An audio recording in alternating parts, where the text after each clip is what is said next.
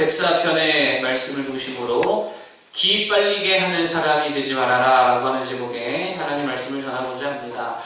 1절을 중심으로 좀 살피길 원하는데 1절을 한번 보겠습니다. 읽어보겠습니다. 시작.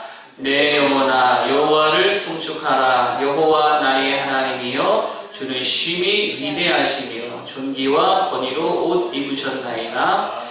아멘. 하나님이 어떤 분이신가를 설명하고 있는데 세 가지를 말씀하시죠. 위대하시고 존귀하시고 권위가 있으시다. 따라서 우리가 이 하나님을 의지해서 일을 하면 위대한 일, 또 존귀하게 권위가 나타나게 일을 할 수 있다라고 하는 것이죠. 그러면 위대, 존귀, 권위가 뭐냐 하나씩 좀 살피고 마치고자 합니다. 첫 번째로 위대인데 위대가 뭐냐? 원어적으로 보면 크게 되었다, 뭐 이런 의미라고 합니다. 단순히 어떤 큰 상태를 말하는 게 아니고 뭔가가 확장되는 상태, 자라가는 상태, 커져가는 상태, 뭐 그런 거를 말한다는 거예요. 그러니까 이걸 뭐 현대적인 표현을 하자면 확장과 성장이다 이렇게 볼 수 있겠죠. 주님 안에 성장과 확장이 있다라고 하는 거예요. 성장은 어떤 개념이에요? 수직적인 개념이고 확장은 좀 이렇게 수평적인 개념이잖아요. 따라서 이걸 또 다른 말로 표현한다면 이렇게 볼 수 있어요. 성장이라는 말은 우리의 실력에 대한 거고 확장이라는 말은 영향력에 대한 것이다 라고 볼 수 있습니다. 따라서 우리가 주님의 힘으로 하나님의 능력으로 일한다면 어떤 열매가 맺어지냐면요 실력과 영향력이라고 하는 열매가 맺힌다는 거예요. 이게 위대함이죠. 여러분 요셉만 생각해도 바로의 꿈을 해석해 주잖아요. 그런데 이게 사실 하나님의 전적인 은혜고 또 하나님께서 하신 일이라고도 말할 수 있지만 다른 측면에서 보면 인간적인 측면에서 보면은 이게 되게 요셉의 실력이다 이렇게도 표현할 수 있다라고 하는 거예요. 해석하는 실력이 나타났잖아요. 그리고 그것을 바탕으로 해서 요셉이 총리가 되어서 엄청난 영향력을 온 세계 가운데에 미치더라는 거예요. 그러니까 사실 이게 하나님의 실력이고 하나님의 영향력인데 요셉을 통해서 또 하나님의 사역자들과 하나님의 사람들을 통해서 그 위대하심을 드러내신다라고 하는 거예요. 따라서 여러분 교회와 성도는요 무조건 주님의 능력으로 일해야 될 줄로 믿습니다. 무조건 기도로 일해야 된다는 게 그럴 때 하나님의 능력이 나타나잖아요. 그럴 때 엄청난 실력과 영향력이 드러나게 된다는 거예요. 반대로 주의 일을 하는데도 기도하지 않는다, 주님의 힘으로 하지 않는다, 볼 것도 없죠. 실력이 형편도 없고요.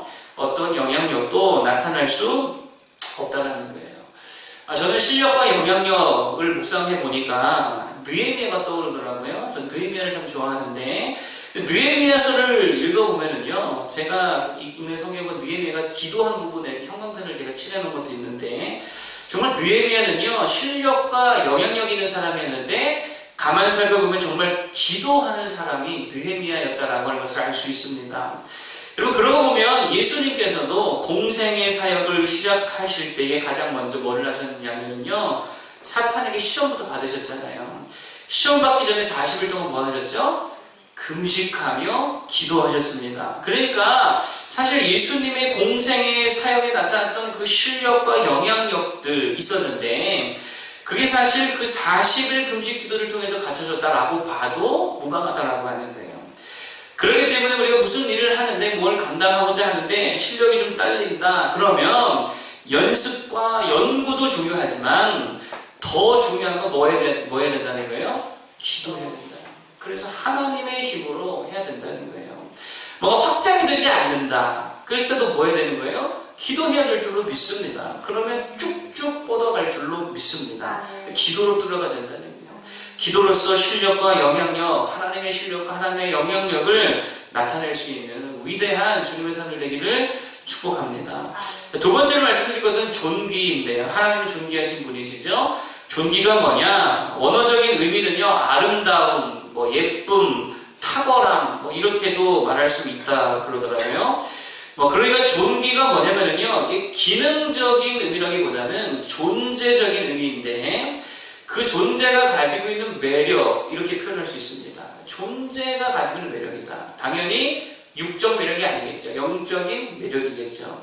하나님 정말 매력적이지 않습니까? 너무 사모할 만하잖아요. 그 어떤 보석과 진주보다도 사모할 만한 분이 우리 주님이시죠. 정말 아름다우시고 탁월한 분이시잖아요.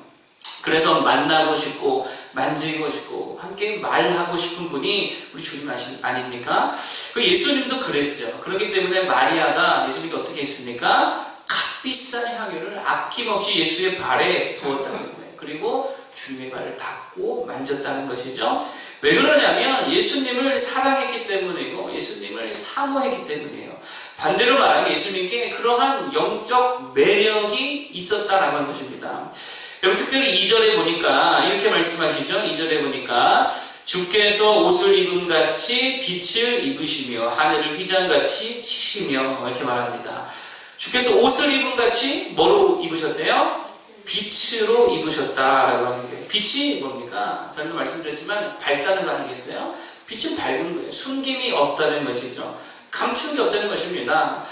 여러분 왜 사람들이 예수님을 사모했을까요? 빛으로 옷 입으셔서 그렇다는 거예요.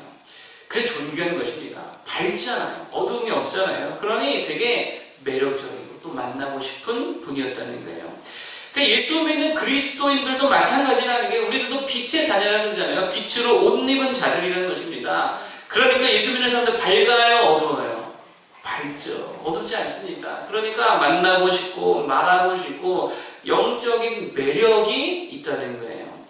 이렇게 보면 참 평범한 옷을 입었음에도 불구하고 매력적인 사람이 있습니다.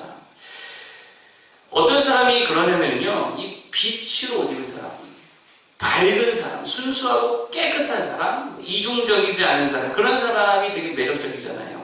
반면에 겉모습은 되게 비싸고 화려한 옷으로 치장했는데도 불구하고 전혀 매력적이지 않은 사람들이 있습니다. 잘 보면 어두워요, 짜증 부려요, 예민해요, 이중적이에요. 그리고 음흉한 모습이 있어요. 그러면 아무리 얼굴이 예쁘고 잘생겨도 전혀 매력이 없다는 거예요. 여러분 좀 우리가 주 안에서 매력적인, 영적 매력적인 사람들이 되기를 축복합니다. 예수 믿는데 좀 밝아야지요. 잘 웃어주기도 하고 리액션도 좀 좋아야지요. 그래서 이 사람만 만나면 막 기분이 좋아지고 힘이 나고 그런 사람이 되어야 될 줄로 믿습니다. 그런데 만나기만 하면 저 사람만 만나면 막 기가 빨린다고 막 옆에만 있어도 나까지 막 힘들어진다고 막 눈치 보느라 못 살겠다고. 만약에 우리가 그런 말을 듣는 그리스도인들을 생각해보세요. 누가 나와 만났다가 헤어졌는데 나 너무 기빨려서 힘들어 죽는 줄 알았어, 이런 얘기를 내가 듣는 사람이다. 이거는 안 된다라고 하는 거예요. 여러분 정말 우리가 영적인 매력 있는 존귀한 자들 되기를 바랍니다. 그러려면 다른 거 필요 없습니다. 정말 우리가 예수 그리스도로 충만해야 됩니다. 그 빛 대신 주님으로 충만하면 알아서 밝아지겠죠. 어둠 다 떠나가고 또 여러 가지 음흉한 모습들, 여러 가지 그런 부정적인 모습을 떠나가고 그저 밝고 예수로 충만한 존귀한 사람들이 될 줄로 믿습니다. 그런 자들 되기를 축복합니다.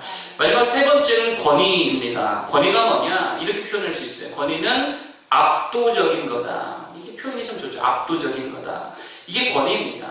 예수님께서 성경을 풀어주실 때에 사람들이 뭐라고 그랬냐면, 야, 이거는 서기관의 가르침과 바리새인들의 가르침과 다르구나. 권위 있는 가르침이다. 이랬어요. 무슨 말이냐면 압도적이었다는 거예요. 비교할 수 없었다는 거예요. 그래서 귀신들도 그 압도적인 하나님의 말씀 앞에 소리 지르며 달아났다라고 하는 것입니다. 이건 교회가 좀 그래야죠. 성도가 그래야죠. 예수 이름으로 명하면 귀신도 떠나가고 질병도 좀 떠나가고 역사가 나타나야죠. 근데 막 귀신에 휘둘리고 질병에 휘둘리고 물질에 휘둘려서야 되겠느냐라고 하는 거예요. 압도적인 주의 성도들 되기를 축복합니다. 이렇게 보면 늘 매여있는 사람들이 있잖아요. 관계에 매여있고 자녀에 매여있고 돈에 매여있고 심지어는 예수 믿는다고 하면서도 이상한 관념, 고집, 미신에 매여있는 사람들도 있지요. 어떤 목사님께서 밤을 새워가면서 기도했다 그래요. 그런데 환상 중에 교회 주변에 이렇게 마귀가 막 있더라는 거예요. 그래가지고요, 막 예수 이름으로 막 내쫓았다라고 하는 거예요. 그러자 마귀가 도망가더래요. 그래서 쫓아가면서요, 막 그렇게 하여튼 뒤쫓았다라고 하는 거예요. 근데 이 마귀가요, 한 권사님 집에 들어가더래요. 그래서 이게 어떻게 권사님 집에 들어가냐고 가가지고 막 예수 이름으로 막 쫓아냈다는 거예요. 알고 봤더니 그 권사님이 맨날 미신, 사주, 운세 이런 거에 빠져 있더라는 것입니다. 그래서 이 환상 이야기를 해주고 그거 다 버리고 끊어내게 했다라고 하는 이야기를 제가 들었습니다. 그런 거에 매여 있으니까 압도적일 수가 없죠. 오히려 압도당하겠죠, 귀신들에게. 여러분, 어떤 것에도 매이지 않는 오직 성령께 매이고 오직 예수께 매이고 말씀에 매여 있는, 그래서 그 성령의 권위와 말씀의 능력으로 좀 이렇게 권위를 나타내며 살아가는 압도적인 성도들 되기를 축복합니다. 세 가지를 말씀드렸는데요. 하나님은 어떤 분이시냐? 위대하신 분이고 존귀하시고 권위가 있으시다. 따라서 우리가 하나님 붙들고 살고 이래야 될 줄로 믿습니다. 위대함이 뭐냐? 실력과 영향력이라고 그랬죠. 우리가 기도할 때에 진짜 실력, 진짜 영향력을 나타낼 수 있다는 것입니다. 존귀가 뭐냐? 영적 매력이라고 그랬죠. 빛으로 옷 입어야 된다. 예수로 충만해야 된다. 세 번째, 권위, 압도적인 거, 매여있지 않는 무도가 되기를 바랍니다. 그래서 우리 모두 위대하고 존귀하고 권위 있는 백성들 되기를 축복합니다. 기도하겠습니다.